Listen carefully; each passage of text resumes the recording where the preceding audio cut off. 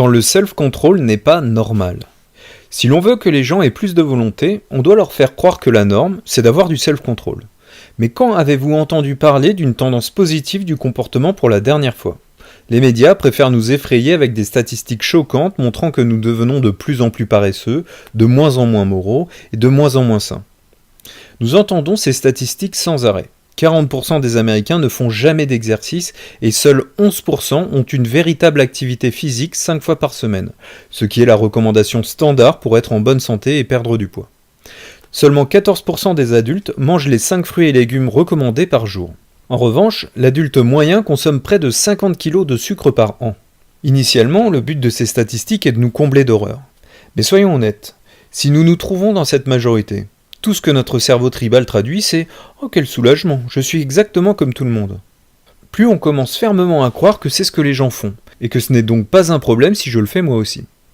Si vous êtes comme 86% des Américains, pourquoi faudrait-il que vous changiez ? Apprendre que nous sommes normaux peut même modifier notre perception de nous-mêmes. Par exemple, à l'échelle de la nation, plus on devient gros, plus on se sent mince. D'après un rapport publié en 2010 par les Archives of Internal Medicine, 37% des gens qui sont cliniquement obèses non seulement ne se croient pas obèses, mais en plus estiment qu'ils ont un faible risque de devenir obèses au cours de leur vie. Bien que l'on puisse croire à un déni de réalité, cela reflète simplement la nouvelle réalité sociale. Quand tout le monde prend du poids, nos standards personnels se décalent vers le haut, même si les standards médicaux restent les mêmes. Après tout, qu'est-ce que c'est que l'obésité ? De l'autre côté de la courbe en cloche, si nous sommes en dehors de la majorité entre guillemets sans volonté, nous pouvons même nous retrouver à revenir vers le centre, tel un boomerang. Ainsi, une étude révèle la chose suivante. Certains propriétaires avaient reçu sur leur facture d'électricité un message mentionnant qu'ils consommaient moins d'énergie que la moyenne. Ces propriétaires ont alors commencé à vivre les lumières allumées et le thermostat en hausse. L'attrait de se retrouver dans le centre de la courbe peut être plus puissant que le désir de faire ce qui est bien. Quand il s'agit de preuves sociales, ce que nous pensons que les autres font a même plus d'importance que ce qu'ils font effectivement. Ainsi, les jeunes étudiants surestiment-ils la fréquence de la tricherie parmi leurs pairs ? Pour savoir si un étudiant triche, le meilleur indicateur est de savoir s'il croit que les autres étudiants trichent, et non pas la sévérité des sanctions ou la crainte d'être pris sur le fait. Quand les étudiants croient que leurs camarades de classe trichent, une classe relativement honnête peut se transformer en classe pleine d'élèves qui envoient des SMS à leurs amis pour avoir des réponses pendant un examen. Oui, j'ai déjà surpris un élève en train de faire cela. Ce phénomène ne se limite pas à la salle de classe. La plupart des gens ont tendance à surestimer le pourcentage de contribuables qui trichent sur leur déclaration de revenus. Cela augmente le taux réel de fraude fiscale car les gens se conforment à ce qu'ils croient être la norme. Ce n'est pas vraiment que nous soyons d'incorrigibles tricheurs. Quand les gens reçoivent des informations précises sur la vraie norme, ils corrigent leur propre comportement. Par exemple, quand on leur donne la statistique exacte sur l'honnêteté des autres contribuables, ils ont plus tendance à remplir leur déclaration de revenus avec honnêteté. Sous le microscope. Mais maman, tout le monde le fait. La preuve sociale peut nous mettre des bâtons dans les roues si nous croyons que tout le monde agit selon le comportement que nous essayons justement de changer. Vous arrive-t-il de vous dire que votre défi de volonté n'est pas bien important après tout parce que c'est la norme de faire ce que vous faites ? Pensez-vous parfois à toutes les personnes que vous connaissez qui ont la même habitude que vous ? Si c'est le cas, vous devriez peut-être bousculer cette perception. Pour cela, la meilleure chose à faire est de trouver les personnes qui se comportent comme vous aimeriez vous comporter. Cherchez une nouvelle tribu à laquelle vous joindre. Ce pourrait être un groupe de soutien, une classe, un club local, une communauté en ligne, ou même simplement vous abonner à un magazine qui conforte vos objectifs. Si vous vous entourez de gens qui partagent l'engagement que vous avez vis-à-vis de vos objectifs, vous aurez l'impression que c'est la norme. Le pouvoir de l'obligation morale. Imaginez vos anciens camarades de classe béats d'admiration en vous voyant arriver à la réunion des anciens élèves avec 25 kilos de moins. Cela vous motiverait-il pour vous lever tous les matins afin de faire de l'exercice ? Pensez à la déception de votre fils de 9 ans quand vous fumez. Cela peut-il vous empêcher de prendre furtivement une cigarette quand vous êtes au travail ? Quand on est face à un choix, on imagine souvent ce que les autres penseront de nous. Des études montrent que cela peut être un stimulant de taille pour notre self-control. Les gens qui imaginent à quel point ils seront fiers quand ils atteindront un certain but, que ce soit arrêter de fumer ou donner son sang par exemple, ont plus de chances d'aller jusqu'au bout et de réussir. Anticiper la désapprobation fonctionne de la même manière. Les gens vont plus volontiers utiliser des préservatifs s'ils imaginent la honte qu'ils ressentiraient si les autres savaient qu'ils ont eu des relations sexuelles non protégées. D'après David Desteno, psychologue de l'université de Northeastern à Boston, les émotions sociales comme la fierté et la honte ont une influence plus rapide et plus directe sur nos choix que les arguments rationnels sur les coûts et les bénéfices à long terme. C'est ce que Desteno appelle le hot self-control. En général, on pense au self-control comme au triomphe de la raison froide sur la chaleur des impulsions. Mais la fierté et la honte dépendent du cerveau émotionnel, et non du cortex préfrontal logique. Les émotions sociales ont peut-être évolué pour nous aider à faire les choix qui nous permettront de garder notre place au sein de notre tribu. De la même manière que la peur aide à nous protéger et la colère à nous défendre. Imaginez l'acceptation ou le rejet social peut nous inciter à faire ce qu'il faut. Certaines entreprises et certaines communautés ont commencé à tester l'humiliation sociale plutôt que les pénalités standards pour les comportements illégaux et socialement destructeurs. Si on vous attrape en train de voler dans une épicerie à Chinatown à Manhattan, on peut vous forcer à être pris en photo avec le produit que vous essayez de voler. La photo sera accrochée sur un mur de la honte à côté de la caisse avec votre nom, votre adresse et l'inscription « Voleur notoire ». Quand la police de Chicago a décidé de rendre publics les noms et les photos d'hommes arrêtés pour avoir sollicité des prostituées, son but était moins de punir les hommes qui étaient pris que d'espérer instiller la crainte dans le cœur de ceux qui envisageaient d'acheter du sexe. À l'appui de cette politique, le maire de Chicago, Richard Daley, a dit dans une conférence de presse « Nous prévenons tous ceux qui arrivent à Chicago. Si vous sollicitez une prostituée, vous serez arrêté. Et si vous êtes arrêté, les gens le seront. Votre épouse, vos enfants, vos amis, vos voisins et vos employeurs le seront. » Un sondage sur les hommes de Chicago ayant eu affaire à des prostituées suggère que cette politique est efficace. Voir son nom et sa photo imprimés dans le journal local était jugé comme le moyen de dissuasion le plus efficace par rapport à la pratique. En effet, 87% des hommes interrogés ont dit que cela les ferait réfléchir à 2 fois. Cela dépassait nettement la peine de prison, l'idée de se voir retirer son permis de conduire ou de payer une amende de $1000. Les limites de la honte. Avant de trop s'enthousiasmer pour le pouvoir de la honte, il serait peut-être sage de se rappeler un petit quelque chose qu'on appelle l'effet foutu pour foutu.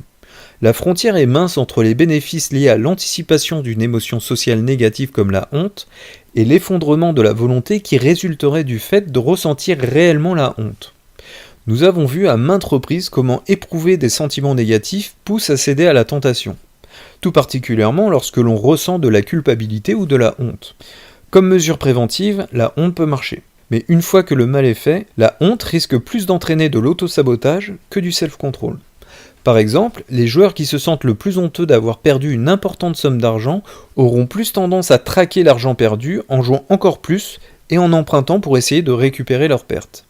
Même lorsque la honte est préventive, elle peut nous manquer au moment où nous en avons le plus besoin.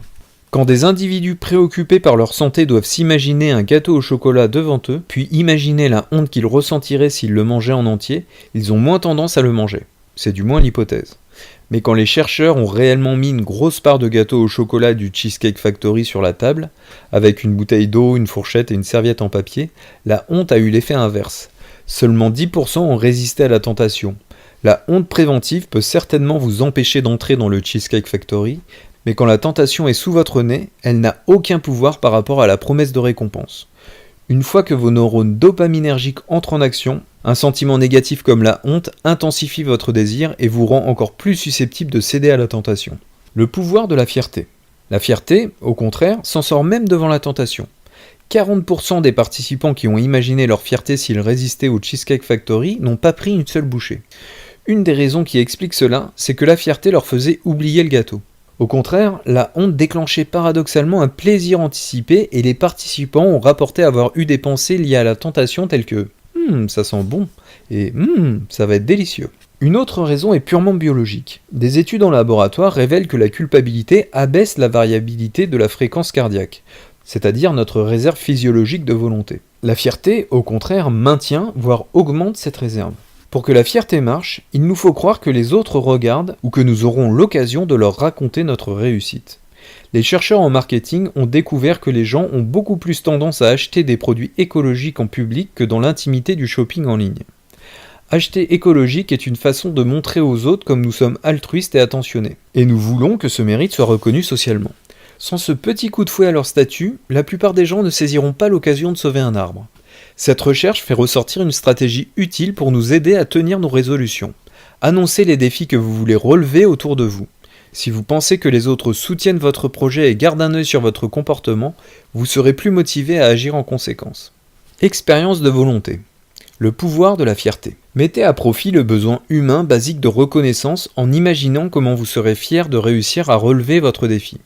Pensez à quelqu'un de votre tribu, membre de la famille, ami, collègue ou professeur, dont l'opinion compte à vos yeux et qui se réjouirait de votre réussite.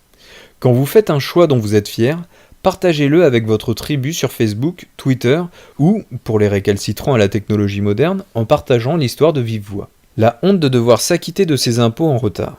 S'il reste du temps à la fin de certains cours, j'invite en général mes étudiants à venir parler en public de leurs objectifs.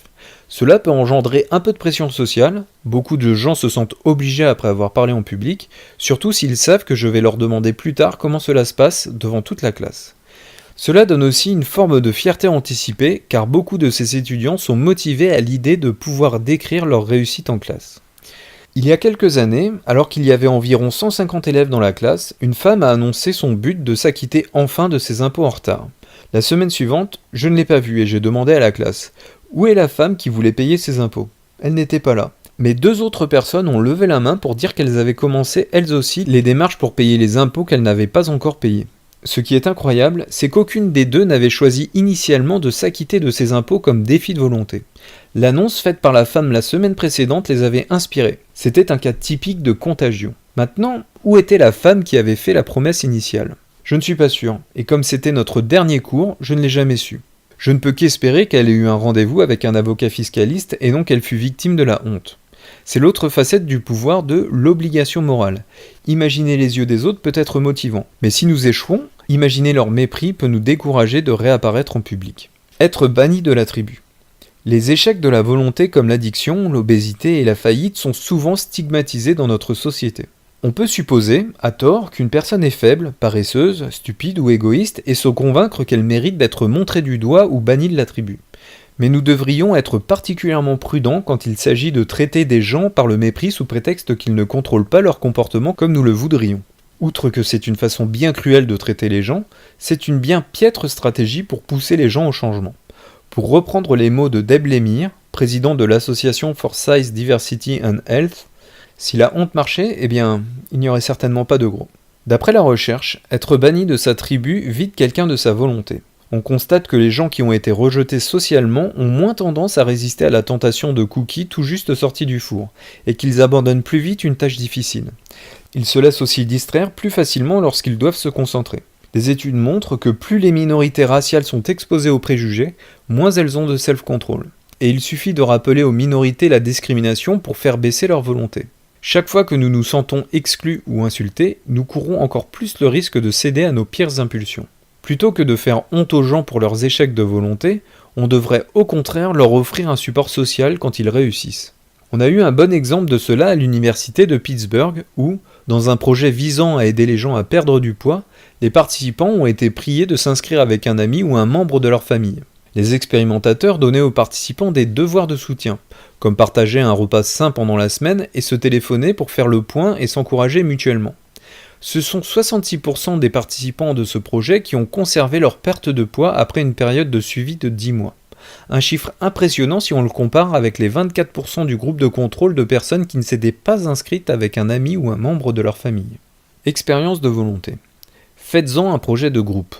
Vous n'avez pas vraiment besoin de monter à l'assaut de votre défi de volonté tout seul. Y a-t-il un ami, un membre de votre famille ou un collègue qui pourrait se joindre à vous pour vos objectifs de volonté ? Ce n'est pas la peine d'avoir les mêmes buts.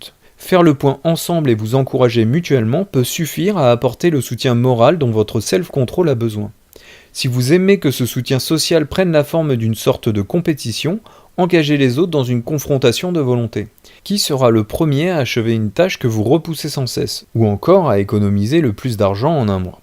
Quand des emails suffisent à garder un objectif. Un de mes messages électroniques préférés parmi ceux que j'ai reçus de mes anciens étudiants est arrivé des mois après la fin de notre cours. Cette femme voulait me faire savoir qu'un exercice impromptu que j'avais proposé le dernier cours avait fait toute la différence pour l'aider à atteindre ses objectifs. Au cours de cette dernière séance, certains étudiants avaient émis la crainte qu'une fois le cours fini, ils perdraient la motivation pour poursuivre les changements qu'ils avaient mis en pratique. Il y a une forte composante sociale dans la classe, et savoir qu'ils peuvent partager leurs expériences, ne serait-ce qu'avec leurs voisins de table, motive beaucoup d'entre eux à avoir quelque chose à relater. Alors à ce dernier cours, face à l'inquiétude de certains étudiants, j'ai dit à tous les élèves d'échanger leurs adresses électroniques avec quelqu'un qu'ils ne connaissaient pas. Puis j'ai dit, expliquez à cette personne ce que vous allez faire la semaine prochaine qui soit en lien avec vos objectifs. Leur mission était d'envoyer un email à leur partenaire et de lui demander « As-tu fait ce que tu as dit que tu ferais ?» L'étudiante qui m'a écrit des mois plus tard m'a dit que la seule chose qui l'a motivée la première semaine après la fin des cours, c'était de savoir qu'elle allait devoir dire à cet étranger s'il avait tenu parole ou non. Mais après cela, c'est devenu un vrai pôle de soutien. Ils ont continué à s'envoyer des emails de contrôle toutes les semaines, malgré le fait qu'ils n'avaient aucune relation en dehors. Quand ils ont arrêté, les changements étaient bien ancrés dans sa vie et elle n'avait plus besoin de rendre des comptes ni d'avoir ce soutien. Un dernier mot maintenant. Notre cerveau incorpore de manière remarquable les objectifs, les convictions et les actions des autres dans nos décisions. Quand nous sommes avec d'autres, ou simplement quand nous pensons à d'autres personnes, celles-ci deviennent une autre version de nous-mêmes qui entre en concurrence, dans notre esprit, pour le self-control. L'inverse est également vrai. Nos propres actions influencent les actions d'innombrables personnes, et chaque choix que nous faisons pour nous-mêmes peut servir de source d'inspiration ou de tentation pour les autres. Résumé du chapitre. L'idée principale. Le self-control est influencé par la preuve sociale. C'est pourquoi la volonté et la tentation sont toutes deux contagieuses. Sous le microscope, votre réseau social. Y a-t-il d'autres gens dans votre cercle social qui partagent votre défi de volonté? Qui copiez-vous? Tâchez de savoir si vous reflétez le comportement d'autres personnes. De qui avez-vous le plus de risques d'attraper quelque chose? Qui sont vos vrais proches? Y aurait-il par hasard certains de leurs comportements qui ont déteint sur vous, ou certains des vôtres qu'ils auraient attrapés? Mais maman, tout le monde le fait. Demandez-vous si par hasard vous n'utiliseriez pas la preuve sociale pour vous convaincre que votre défi de volonté n'est finalement pas si important. Expérience de volonté. Renforcez votre système immunitaire. Pour éviter d'attraper les échecs de volonté des autres, passez quelques minutes au début de votre journée à penser à vos objectifs. Attrapez du self-control. Quand vous avez besoin d'un peu plus de volonté, pensez à quelqu'un qui sera un exemple à suivre à vos yeux. Demandez-vous, qu'est-ce qu'il ou elle ferait à ma place? Le pouvoir de la volonté. Parlez de vos défis de volonté autour de vous et imaginez comment vous serez fier quand vous réussirez à les relever. Faites un projet en groupe. Ne pouvez-vous pas essayer d'enrôler d'autres personnes dans un défi de volonté?